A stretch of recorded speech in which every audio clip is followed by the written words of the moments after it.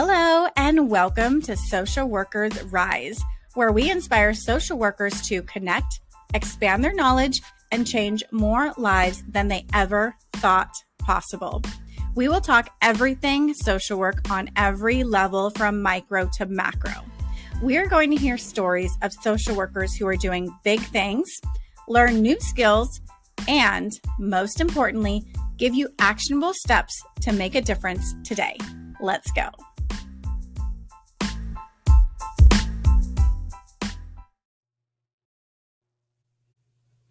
Hello, and welcome to another episode of Social Workers Rise.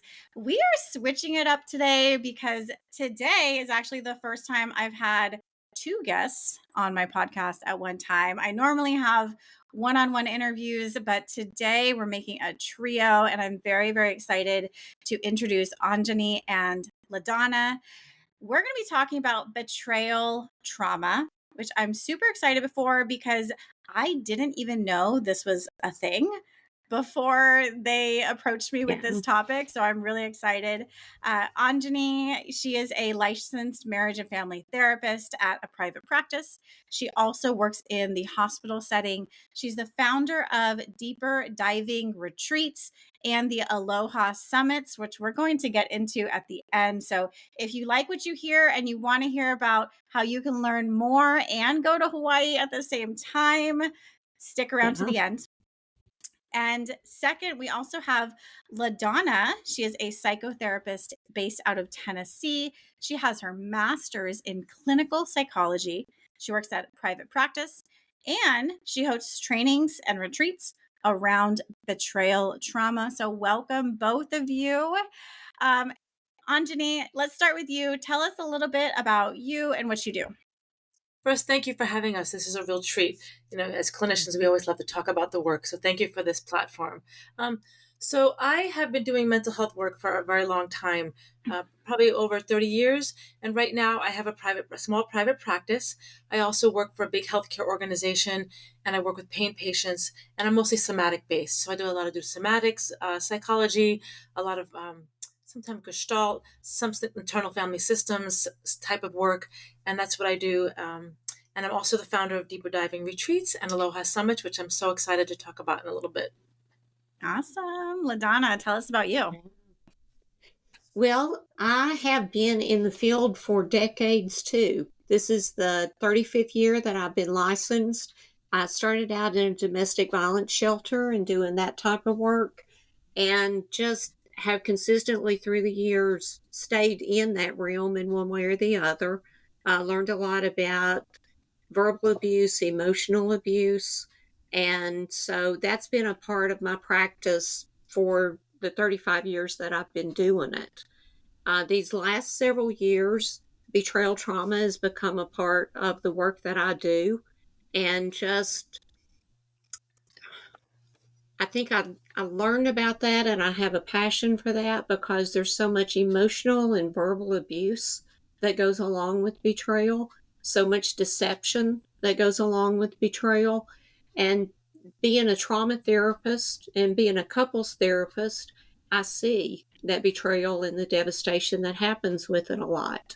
So that's really what led me into knowing more about the betrayal trauma that partners feel and how it impacts the couples. So that's a lot of the work that I do now, and sharing that with therapists. Great, great. Well, you are in the right spot, my friend. What is betrayal trauma? So I think a basic definition that we always go to is that if it's a person, I say that you feel like is your ride or die. You're my person, you have my back, I can trust you. And then you find out they've had some sort of secret life.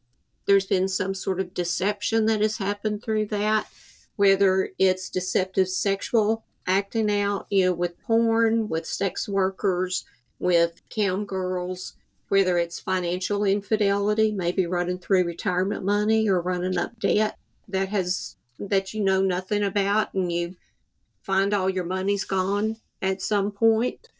It can be a betrayal of a person in your community or someone that you work with. that has deceived you along the way. So the trauma aspect of it is that I thought we had this secure connection. There's an attachment wound because I believed who you are. And now my brain is all scrambled because I look at you and you look the same, but I don't really know who you are. You've led this hidden life through all this time. So it's a traumatic response because I put all my eggs in this basket and now I don't know who you are and I don't know what's going to happen to me. It jacks up our fight or flight or the 4 F's that we have. And the person who typically has helped us navigate that is actually the person who's perpetuated that.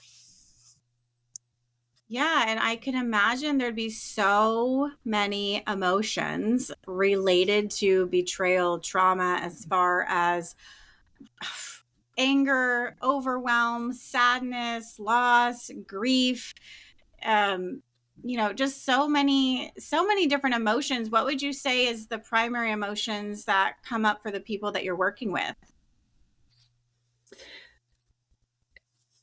I actually did some work with the Enneagram, which Anjani is, a master with the Enneagram here. But I found that based on really what your type is, there are different responses that we're going to have. So as a therapist, I say there's not a one size fits all with this. If you have a particular personality style, you may burst out with anger. I'm going to do everything I can to take control of this, and I'm going to grab hold and make sure that you're doing what you're supposed to do. You may have folks that turn into, I'm going to pretend this isn't happening because I just can't function with this reality that's here. Or you may have people that fall into the category of, what's wrong with me? Why was I not enough? And I'm going to assume responsibility for this betrayal because it's got to be my fault with it. And part of what we want to do as clinicians is to be able to kind of zone in on each person's personality style so that we can come up with an appropriate treatment plan for them. Right, right. So powerful. I imagine this can be life-changing and devastating to people who experience it, and just, the question, like, where do I go from here? Right? Like, what Yeah, happens now? I always use the analogy that it's like you're in your home, everything's fine, and then all of a sudden everything starts shaking. And I call it a life quake. And all of a sudden my house starts falling down around me. And all I can do is look at the devastation and look at the rumble that's around me. And we go through that shock, like you were saying with the grief, the shock and the disbelief, and has this really happened? And the sense of helplessness with it. And like you were saying, what are the ripple effects with it? How's this going to impact the children? How's this going to impact all of us financially here? How's it going to impact relationships with extended family and with friend circles? How's it going to impact maybe our religious circle that we're involved in? What does our culture say about how we're supposed to respond in this way? So it really is a multi-layered, complex topic that gets brought into our office, and if we're not prepared, it can certainly kind of cause our office to shake up a little bit too, just like their life has shaken up. Yes, and I like this life quake because I've definitely experienced some life quakes of my own. And I know all of Yeah, us, just as humans, have, which adds another layer of complexity, if you will, us being therapists, helping people going through their life quakes while we might be in our own life quake. So I'm wondering, yes. we have a lot of new clinicians that listen to this podcast, a lot of people who are currently working in the field and might be experiencing some life quakes. Hey, it's Catherine here. I hope you are enjoying this episode. We're going to take a quick break to listen to these ads from our sponsors. The next time you need continuing education units, I highly recommend the Therapist Development Center. When I started this podcast, I reached out to the founder, Amanda Rowan, to see if she was interested in being a sponsor. And she jumped at the chance to support her fellow social worker. TDC has helped more than 100,000 social workers pass their licensing exam, including myself. I love that TDC CE courses are engaging and relevant. Amanda and her experts give us clear and practical clinical skills that we can immediately apply to our work. Some of my favorites are the Edge of Life Suicide Prevention course, where Amanda shares her personal experiences, and their They Did What? Law and Ethics course that looks at real cases where therapists face formal disciplinary actions. They also have a great telehealth course. We are legally required to take continuing education to increase our competence, and most other courses out there don't actually teach the material in a way that we can learn it, but TDC does. You can also check out the links in the show notes.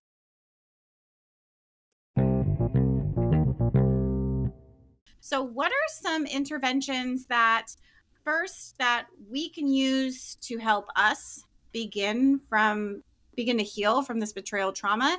And then are those the same that we would use for our clients?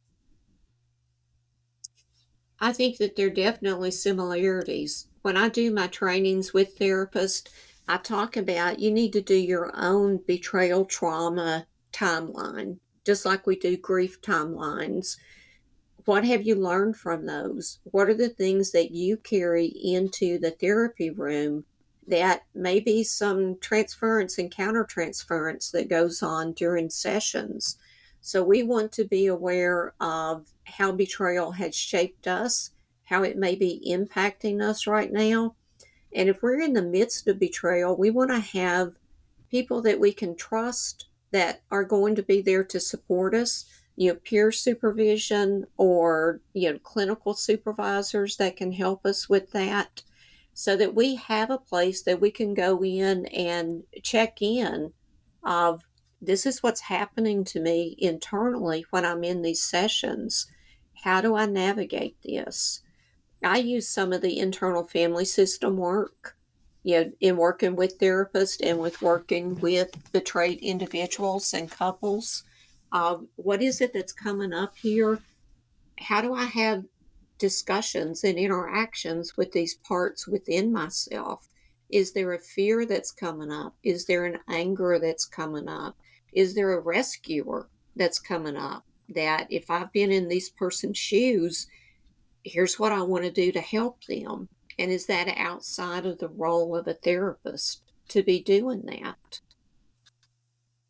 I love that. So, what I'm hearing from you, I'm taking notes over here. So, in order to begin to heal ourselves and also show up for our clients, is to have an honest self-awareness, to be real with Mm-hmm. ourselves, to be able to label and acknowledge our emotions, make sure that we have appropriate boundaries in place, and also secondly to have a trustworthy community, someone that we can talk Yes. to and confide in and maybe get some mentorship or just some emotional support from. And I think another extremely important thing is that we want to be knowledgeable about what betrayal is, how it does show up, what the symptoms are with that. And we also want to be knowledgeable and within our scope of practice, if we're working with couples, that we've had couples training, that we've had courses that talk about betrayal trauma and talk about affair recovery and recovery from infidelity.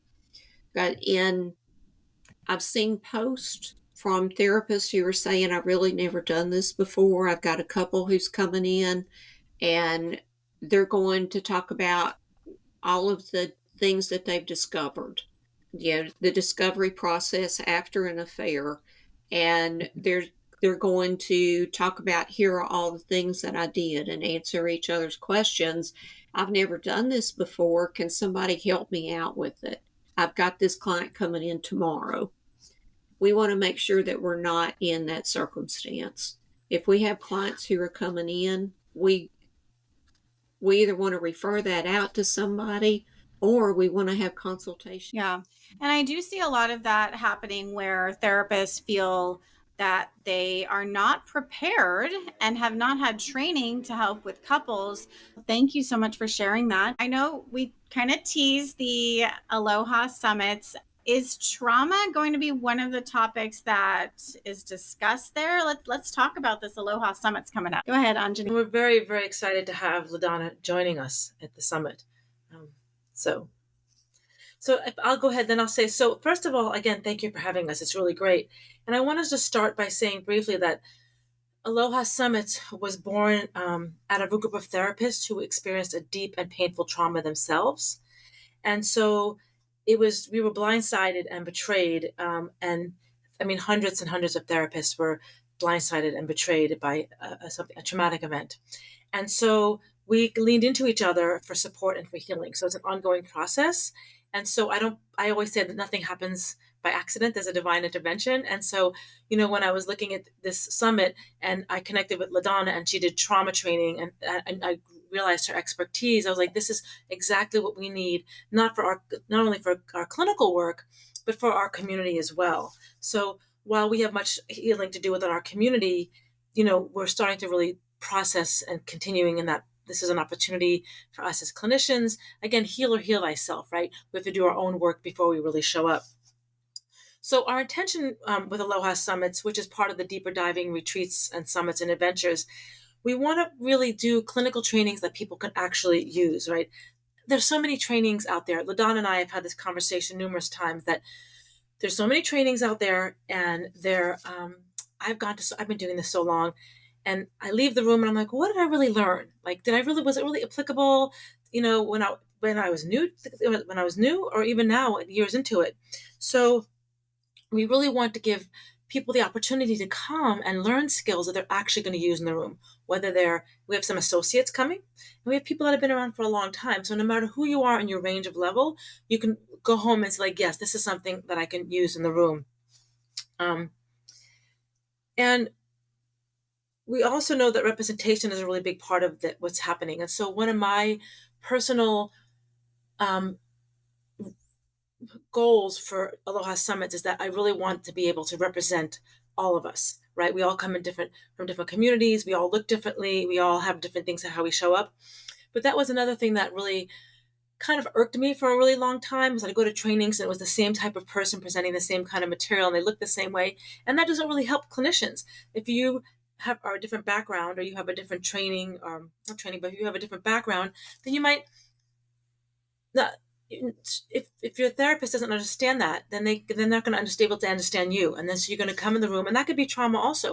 If somebody doesn't get you, and even if they don't get you, like for example, someone came in to therapy last week and they had an experience in their culture. So I asked them, like, what is that? I'm not familiar with that, and they explained it to me. Turns out that I have a similar name for it in my culture, but it was a different kind of a thing. So, but again, observing. So that's one of the things we want to make sure that there's representation.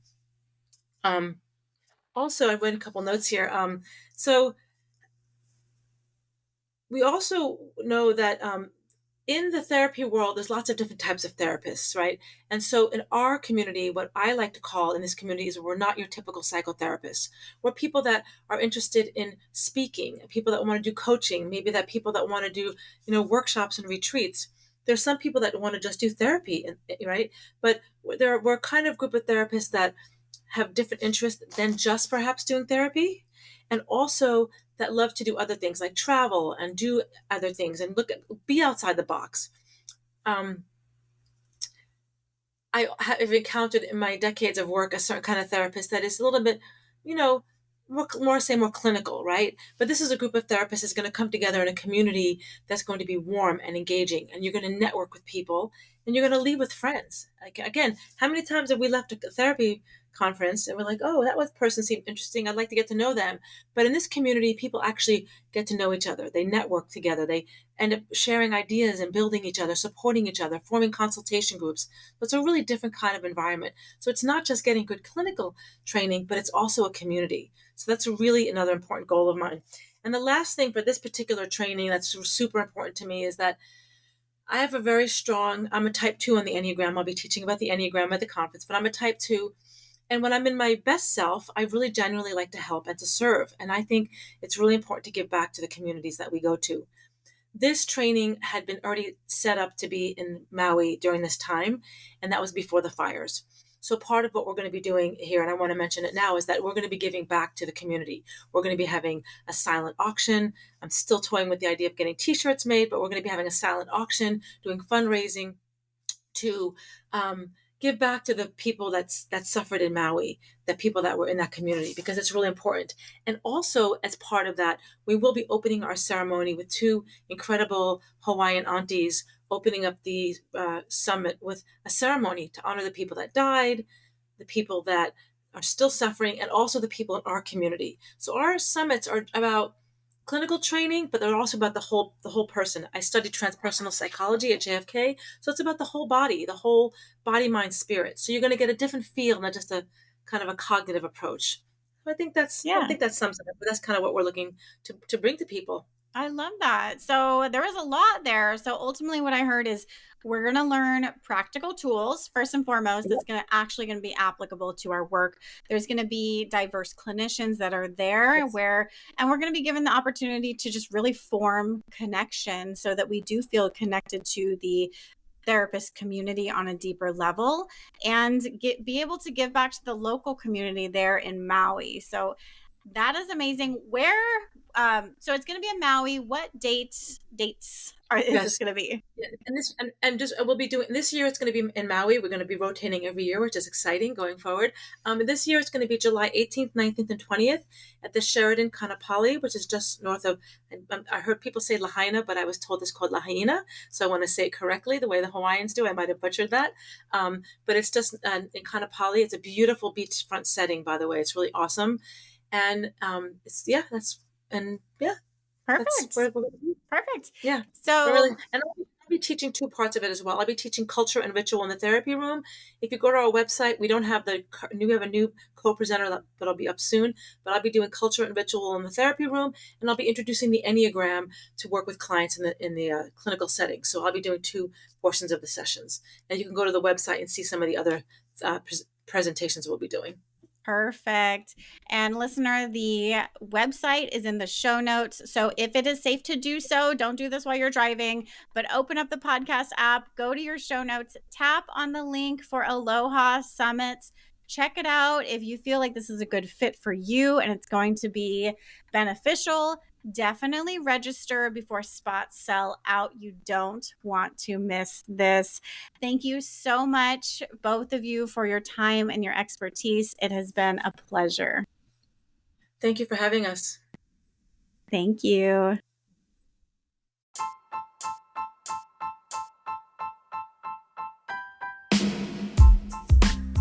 Thank you for listening to another episode of Social Workers Rise. If you love this episode, be sure to subscribe and text this episode to a friend. If you want more, there are a few ways we can get to know each other and work together. First, definitely subscribe to the Friday resource email list. The link is in the show notes.